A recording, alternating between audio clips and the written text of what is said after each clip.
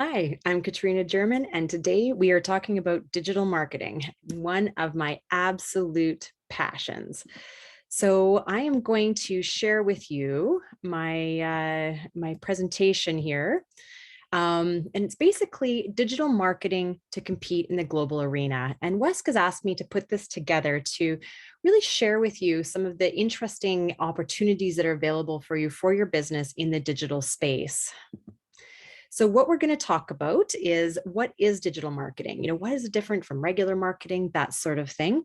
Some of the tools you can be using, and also some of the benefits and challenges, because there's some, really good things about digital marketing and also some very challenging things about digital marketing.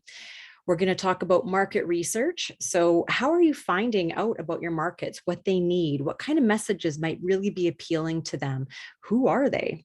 And the third thing that we're going to be talking about is what's your plan? Let's actually come up with a plan. How much money should you be putting and how should you be coming up with plans for human resources and budgeting when it comes to your digital marketing? So I'm Katrina. I make good ideas louder, and I've been working in the digital marketing space for years. I would say since Twitter was a baby.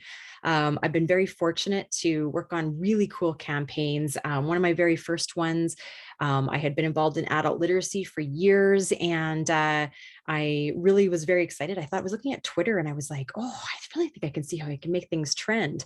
And so we partnered with the Saskatchewan Literacy Network, Post Media, which is the big newspaper chain across Canada. And we created a campaign around one of their existing initiatives called Raise a Reader. And so we actually had the Raise a Reader hashtag on the front page of newspapers across Canada. And that morning, when it was launched, we actually just watched as it trended across each different province as people were waking up. It was so exciting. And we reached 2.4 million people in one day with the idea to read to your kids. And I was hooked. I just knew that the digital marketing space was just this incredible way that you can be connecting with people. And, it's pretty normal now. Everybody, Twitter is just part of our culture. But back in the day, I'd actually have to explain to people what Twitter was, what the potential benefits were. And it was really quite interesting. So now people are reaching 2.4 million people all the time. But at that time, it was a really incredible, exciting experience. And I could really see that, beyond, again, the things that were available at the time, television, radio, newspapers, they were all fairly expensive for marketing.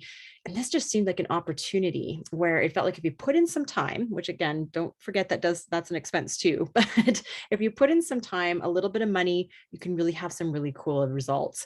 So I am very passionate about digital marketing. I'm very fortunate. I had a technology company for several years, so I got to learn from a lot of the best in the industry around communications and just, again, digital marketing. How are you selling your wares online? And I now have a digital marketing agency called Ethical Digital. And so we are going to change the trajectory of the internet. So when it comes to our digital marketing component, we really focus on celebrational and informational content to really connect people online and also receive results for our clients. But we also are taking things a little bit further and doing a lot of research. And so to change the trajectory of the internet, you have to change some of the systems. And so we have a big project underway around how do we get more women into venture capital, because venture capital funds the internet, and we'd like to see more women-led projects get funded. There's also one that we're doing around Indigenous women in tech. How do we get more Indigenous women involved in technology programs and creating, just involved in the technology world in general. And then a large one that we're doing around social media and well-being, and how is actually what's happening on social media affecting humans. So I really like to share this because it actually really helps to explain the lens in which I'm explaining a lot of these things to you. I'm not going to be one of those rah, rah, rah, go, I'd like, go marketing, digital marketing people. I really want you to understand some of the pros and cons of using these platforms and how they're going to affect you and your business, as well as you as an individual. So just so you're aware that that's the lens that I'm sharing through, but I love digital marketing. I've seen so many really incredible, cool successes that I would love for you to experience too in your business. So the first, thing is, what is digital marketing? And so we're going to a good old definition. So digital marketing is a component of marketing that uses online digital technologies to promote products and services. So there's a lot of options. In fact, there's actually like, I think there's definitely thousands, definitely tens of thousands, but there might even be hundreds of thousands of options for different platforms and different ways that you can be promoting your product or service online. And so for a lot of people, that's completely overwhelming. What do I do? I can't do it all. What pieces do I really focus on? And so we're going to be really talking about that today. What are the important pieces that are going to really propel your business that much further, and how can you really focus on those particular pieces?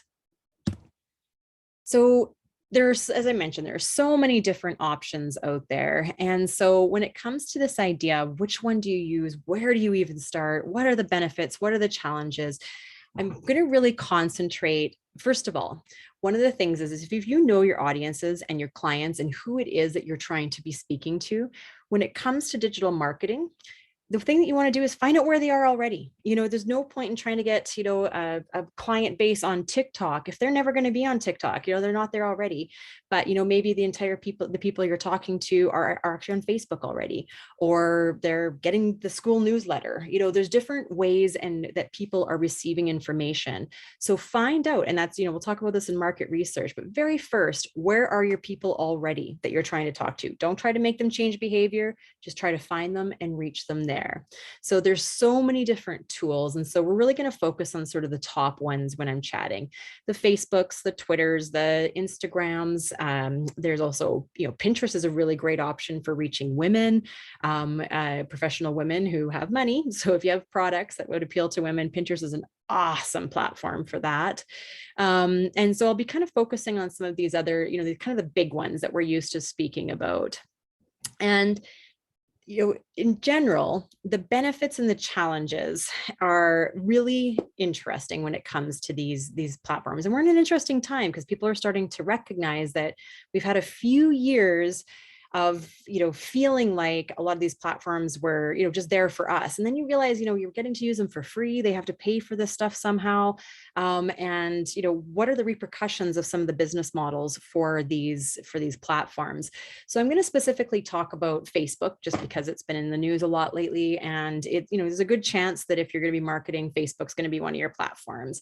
There's a ridiculous number of people around the world, specifically in Saskatchewan as well, who are using Facebook. I think it's around 80% or something like that, are checking in like every day. It's been a while since we've had a Saskatchewan-based research, but anyway, don't quote me on that number, but it's really high. So in the meantime, the thing about Facebook is that most people think about it as their personal newsletter, where you're just going in, seeing what friends and family are up to, maybe having a little debate here and there. But really what Facebook is it's a very sophisticated marketing platform. And so its entire, its entire goal is to make money. It makes billions of dollars. So that's why, this is not just a nice thing for us to have. So this is excellent news for small businesses, regular businesses who want to be marketing, because it is actually set up. It's a very sophisticated marketing platform, and it is set up for you to spend a bit of money and really connect with your people quite easily. On the user side, which I do want to talk about because you're probably a user as well, ultimately the way this works is that Facebook wants you to come back. They want you to consume the ads that are there so that they can then continue to charge the small businesses.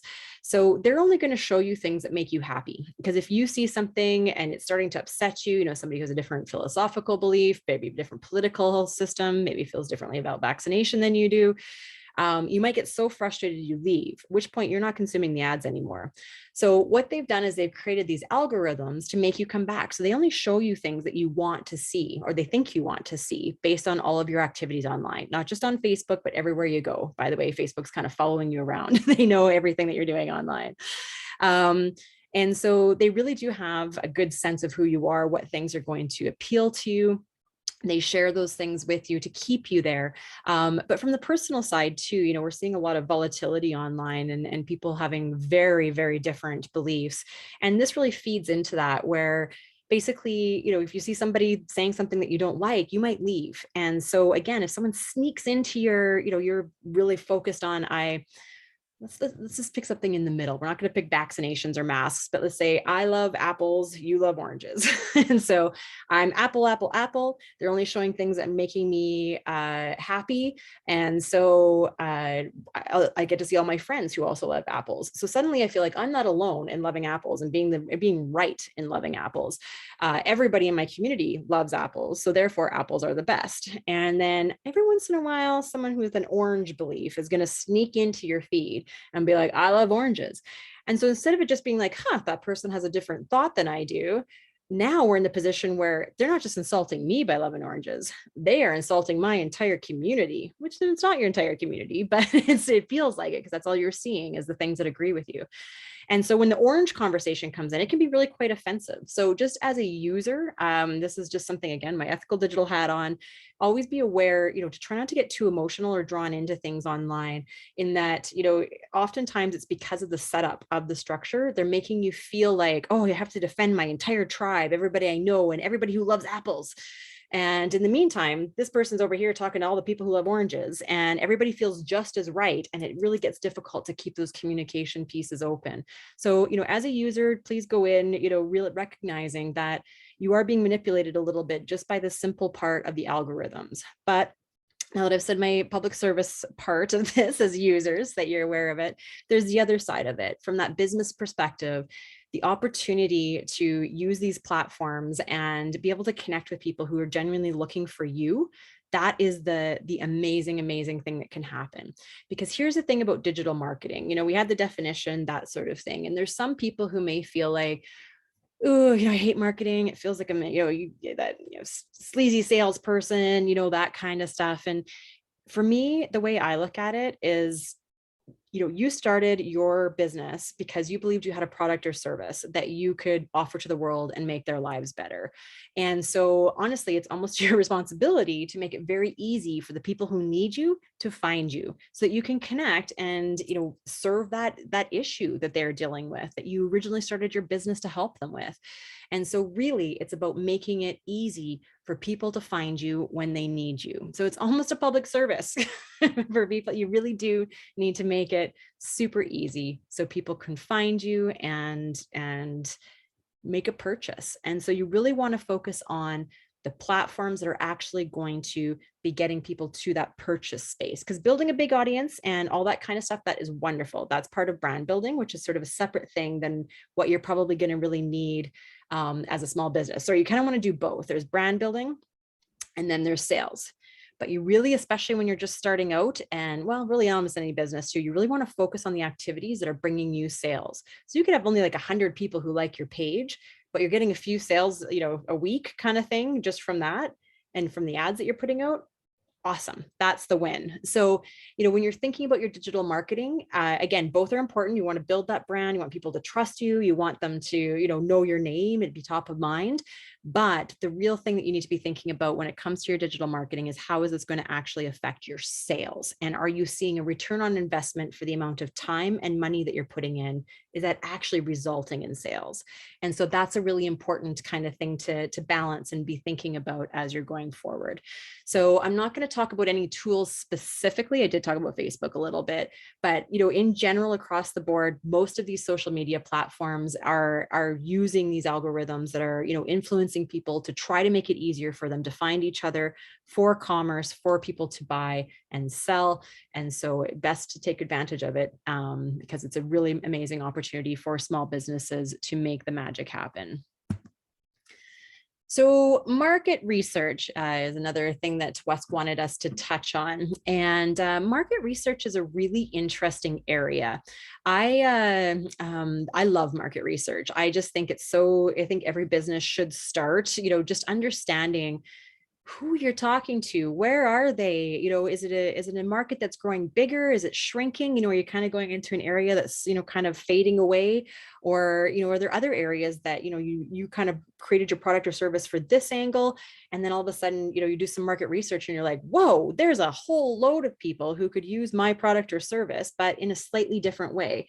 And so that's what market research can show you, is before you even start, or even if you're into it, like we do a lot of market research for people who have been in business for like 20 years, and they're just like, whoa, because you can really learn a lot, especially right now with a lot of your digital tools. So before you start anything, before you're choosing your platforms, before you're anything, I really recommend that you take some time thinking about your market research. And basically all it is just doing as much research as you can to find out who your people are, what do they want, what kind of messages are going to appeal to them and cause them to actually, take an action and buy. And basically, what are the types of topics that you can be sharing with them to give them true value too, outside of the buying, just because you want to be, again, building your brand and making them like you. What are some of the things that you can be sharing with them for free that is just going to help build that trust and experience so that you have an ongoing relationship with clients? So I have here 2 different tools that I use regularly. We have all sorts of things. You can go to the university, do market research through those pieces. There are market research firms who you can pay, and they'll actually do like focus groups, things like that. Those can be quite pricey. For me, because I'm coming at it from the digital marketing perspective, I love using these 2 tools. So there's 2 of them that I recommend to just start with. And no matter if you've been in business for a while or you're just starting, I'm going to recommend that you take a look. So the first one is Google Keyword Planner. And this is a really interesting platform in that it it does basically, it's for Google Ads. So all you have to do is create a Google Ad account, sorry. And the Google Ad account will actually let you in. And under their tools, you just click down, they have Keyword Planner. So for Google Ads, now again, if you don't have a Google Ad account, they're going to make you put in your credit card and like set up an ad right away. It's the most bizarre kind of, you're in. So put in some gobbledygook, you don't have to do anything, just, fill in the things that they're asking you to, put in your credit card, and then just pause it. You won't put any ads out or anything like that. But now you have full access to this tool. But the idea is, if you're creating Google Ads, they want to be showing you the words and such that are going to be the most appealing, the most used. And so they're trying to get you to spend more on Google Ads. But from the market research perspective, you get to see what everybody in Canada or around the world or just in your community are actually typing into Google. So if you're thinking about, market research, what's better, you don't even have to ask people, what do you think about this? They're in the deep dark night looking for your product. They are typing the words that they're using in their head into the keyboard, and you can find out those words. And so you don't even have to guess, what their fears are, what their questions are, what is the problem they're trying to solve, because they're typing it directly. And there can be a huge difference of like 100, let's just say videographers in Saskatoon. So if you were to type in, look at videographers in Saskatoon, there might be, say, 1,000 people who search videographers in Saskatoon, but there might be 10,000 people who are searching Saskatoon videographers, just slightly different wording, but there's a ton of, there's just so much more, many more people who are using that wording to get there. So, you may have ways that you describe what you do.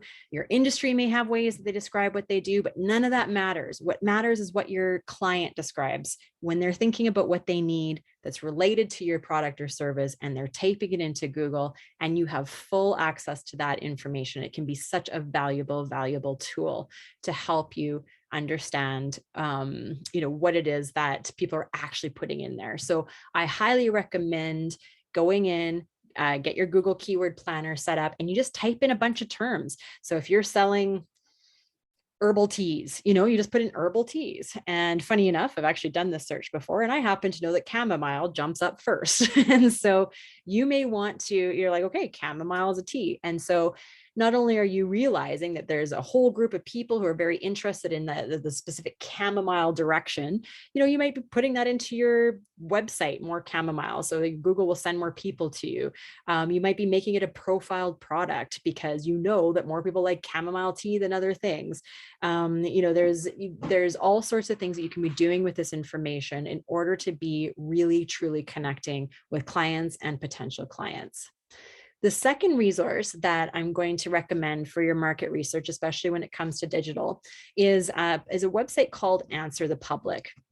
And this particular website is very cool. You just type in the word that you want, to be researching, and it'll actually give you back. It scans through all the different search engines. It'll give you back all the different types of questions that people are asking around that topic.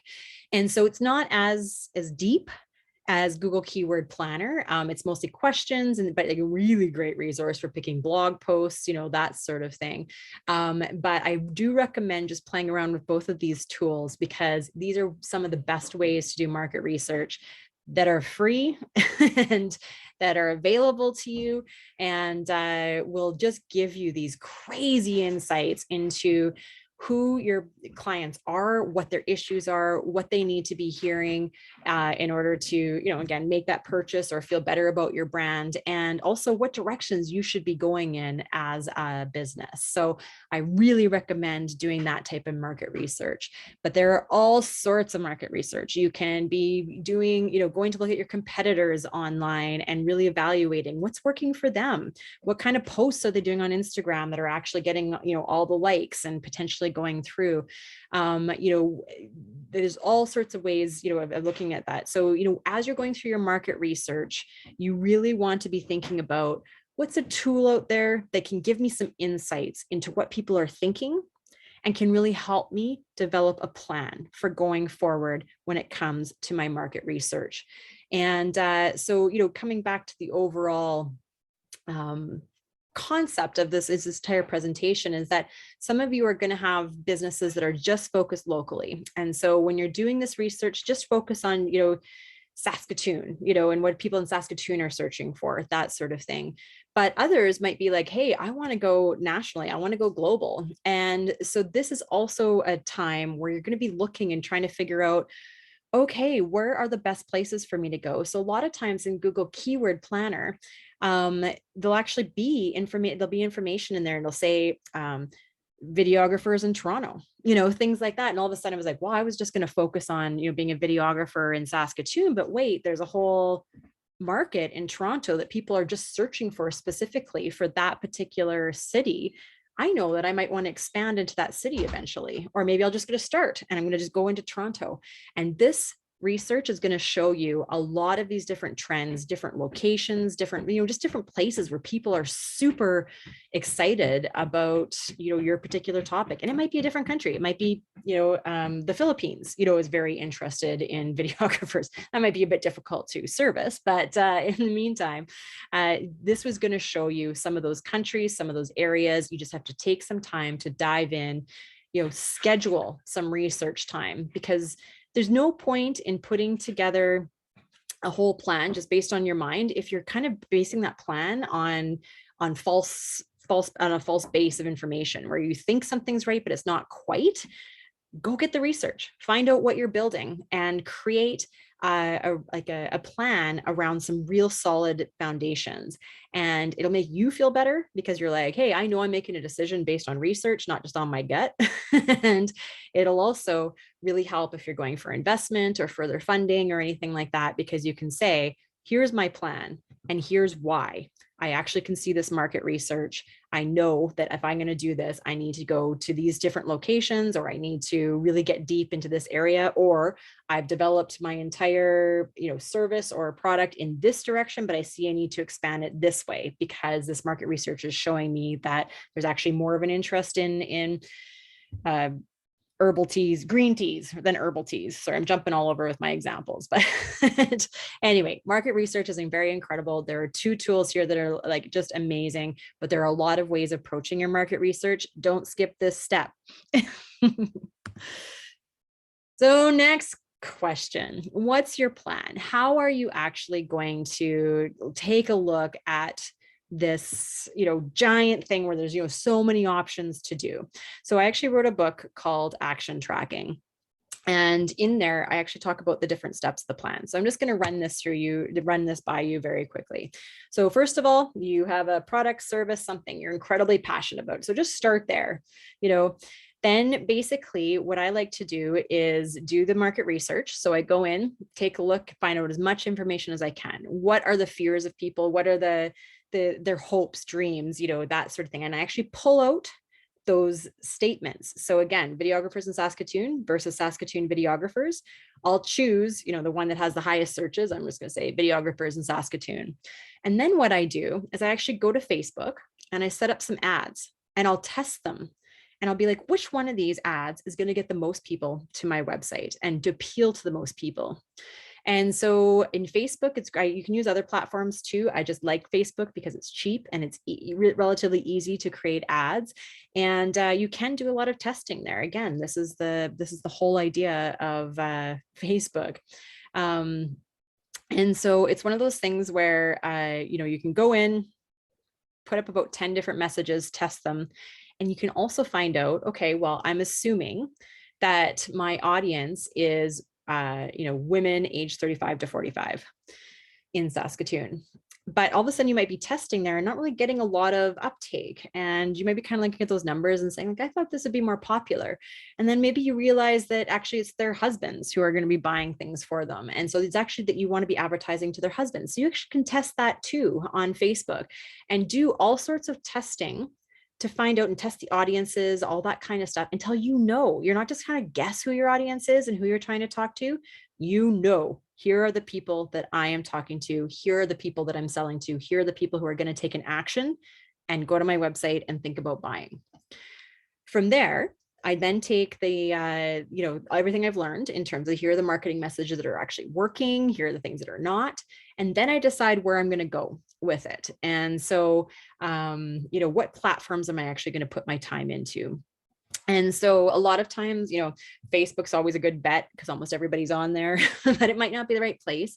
It might be LinkedIn. You're trying to reach professionals. It might be Pinterest, and so there's two things when you're evaluating. Number one, like I said before, where are your people already? That you're speaking to women age 35 to 45. Guess what? They are purchasing like crazy on Pinterest. So that might be a great place for you. There's Instagram too, another great place to be reaching people of a lot of different ages. So first thing, where are your people already? Second is basically, what are you comfortable with? When it comes to this idea of like, what's your plan, human resources and budgets, there's a very good chance that you're going to be doing a lot of the social media at the beginning. We'll get into some human resources options too in a moment. But as you're going through this process, if you're doing this and you hate Twitter and that's going to be your main area, you're never going to do it. You're never going to go to Twitter and work on it. So, also pick a platform if you're doing it yourself that you actually enjoy being on, that's going to make you kind of go back and really engage on it. And so hopefully, of course, it's in alignment with where your people are already. Otherwise, you might have to learn to enjoy a different platform. But in the meantime, those are just two things to be thinking about. TikTok's a big one that a lot of people are talking about right now. And we have a real estate agent who was talking to us like, should I be on TikTok? And basically I said, there's a lot of opportunity for TikTok. Like it's really growing right now. There's a lot of people who are really engaged with it on the platform of all different ages. There's a lot of different age groups on there. But number one, it's very time consuming. Like you're creating content, like big time content. And so that's a lot of work. Number two, it's kind of a newer area. So it's harder to find people to help you out, to actually make TikTok magic. And I said, but then she said, well, I love it. I love TikTok. I'm on there already. I'm talking to my kids and everything like that. And I said, well, do it, dive in, own that space, be the realtor that's on TikTok. And so, so that's part of it too, is that passion, is this a place that you want to be, you're enjoying already? Maybe you've already developed a bit of an audience. So really evaluate those particular pieces and don't feel like you have to do them all. Like everybody has this idea like, oh, I have to be on all these platforms. And man, it is so time consuming. We have an entire team who does it for our team. And we do this for other people because it is so time consuming. So really focus on one or two platforms that are actually going to bring you that return, because Again, when I talk about social media being inexpensive, it is inexpensive compared to, say, purchasing a television ad. However, it's time, and time is money for real. If you think about how much you're worth an hour, and then if you're getting pulled down the TikTok rabbit hole or Facebook rabbit hole constantly, that's a challenge. So anyway, so always be thinking about the amount of time you're going to spend, and are you actually going to enjoy that time, and keep going back and continue to nurture that particular social media platform. So some of you are like, yeah, I love social media. I can't wait to do this part for my business. This is the thing I've been dreaming about. I'm so excited to be working on these pieces. A bunch of you are also like, oh gosh, like I've got accounting and this and that and everything else to think about. I actually want to create the services that I'm doing. I can't even think about social media because it's very time consuming. So there are a lot of options for your human resources for actually staffing this. So number one, a lot of people will do this is they'll just get a student. They'll get somebody who is new into their career. A lot of younger people are just naturally more, because they've grown up with it, more comfortable with the digital platforms and using them. The challenge being, whoever you choose, make sure you're comfortable with them representing your business. So, would you put them in front of a television screen to represent your business? Because that's what they're doing. They're right there front and center. So, whoever it is, whatever age they are, make sure that you're very confident in them representing your business. Secondly, there's a lot of options. You can actually get them to create posting calendars. So basically that's what we do in our business is we once a month, we just have a whole list of here's all the posts that we're going to be putting out. So you just have to take a look, say, hey, I like this. I don't like this. I want the language changed on this. This tone isn't quite right for my brand.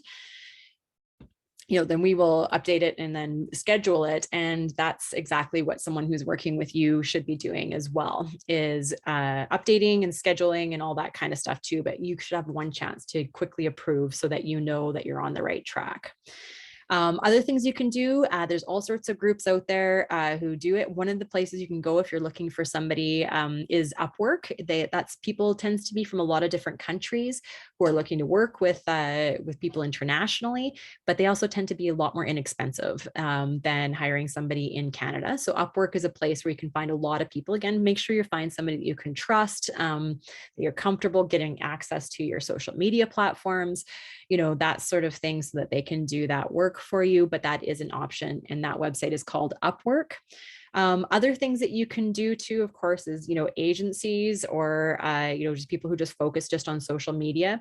And so there's a lot of different options for getting this done. So you kind of want to make that balance. Like, number one, do I have the time? Number two, do I have the budget to hire someone else? Number three, do I enjoy it? Do I want to get rid of this? And so really just be thinking about what makes sense for you in your business going forward when it comes to staffing this and actually getting it done. Because there's one key thing, and it's consistency. I have to admit, I've even been bad at myself lately. So I'm going to have someone come in and help me with my social media. Is you just want to be there and showing up and being consistent so that people can trust you and know that you care and develop relationships with you online. And that's the important part of what you're trying to make happen. So really, when you're thinking about that human resources place, what makes sense for where you're at in your business in terms of budget, in terms of time, and in terms of interest. And then you can go from there and find the right person to help you make it happen, or continue doing your own amazing posts and kicking butt. Budgets, interesting question. And this is all over the place. I know some people who they don't even think about it. They're just like, I know if I put $5,000 in, I'm going to get $25,000 out. So they're, dumping stuff in. There is a rule of thumb that I think you're supposed to put 20% of your revenue into your budgets. People are going to be at all different places though too. So for me, I will often just start small. Like when I'm doing that testing in Facebook, I'll spend about $200 just on like 10 different ads, a small week-long run to find that out. And you might not have any budget for it right now. So that's just going to be your time and putting it in. So there are a lot of different ways of looking at this. For me, I look at it like, if I know that I'm putting $1,000 in to my, to ads into time for somebody to pay to get them to, to make it, what kind of money am I getting out on that? And I watch it very carefully, and I watch those numbers, because, if I can be tweaking things to make sure that I'm getting out more money than I'm actually putting in, that's ideal. And again, This is when I'm talking about, doing your social media for sales and trying to get people there for sales. If you're brand building and you just want to get audiences and all that kind of stuff, that's going to be different. You're basically going to have, your budget. You're going to make a decision based on how much budget you have to get to the goals that you want to get to. But ultimately, you're probably not going to see that direct return on investment right away where you're going to see that cash. You'll probably see it in the long term because people know and trust your brand a little bit more, but it's a bit more difficult to actually measure those types of pieces. So anyway, so those are types of ways that I really approach the budget around these things. We really want to get as close as possible. You don't want to just be putting money into a black hole where like nothing's coming back out. And so you really want to make sure that things are coming back for you for a return. So ultimately, when it comes to digital marketing, reaching into new markets, there are so many tools for you. There are so many different directions that you can be going in. But ultimately, take some time before you just dive in. Take some time. Do your market research, learn as much as you can about the types of messages that are going to appeal to people, who is your audience, all that kind of good stuff. Then once you have that information, decide how you're going to staff it. Like who's actually going to take this on? Are you taking it on, or are you going to be passing this on to someone else? With clear instructions if you're passing it on. And then number 3, what is that budget? What is this going to look like for you? What are you expecting out of the time and money that you're putting into it? And are you receiving that? Are you actually seeing those sales conversions? And sometimes too, it takes a little while. It takes a bit of jigging. Like you're like, oh, I thought I had this perfectly down. You put it out, you just completely lost, $200 worth of ads and nothing happened. And sometimes you have to put in more money, sometimes you have to take more time. So it is a lot of adjusting, a little bit of trial and error. But once you find kind of the magic connection point where you're like, this is the message that's working for people, you can almost just turn it on and off. When you need extra clients, you turn it on. When you're like, whoa, I'm crazy busy, you turn it off. And that's the goal, is being able to work through a process where you can actually get to this point where it just works and you can turn it on and off at will. Again, going to take some time at the beginning. It's going to be some trial and error, but you're going to get there and find that way to really connect with your audiences no matter where they are in the world. So thank you very much. I've really enjoyed this chance to chat with you. I'm looking forward to the question and answer that I'll be a part of. This is a very broad overview of digital marketing. There's so many things that we can dive into, and I love talking about these things. So if you would like to chat more, please do reach out to me, ethicaldigital.ca, katrinagerman.com. I'm also on LinkedIn under Katrina German. I love connecting with people, and if there's anything I can do to help you propel your business a little bit further, I'm in. Have a great day.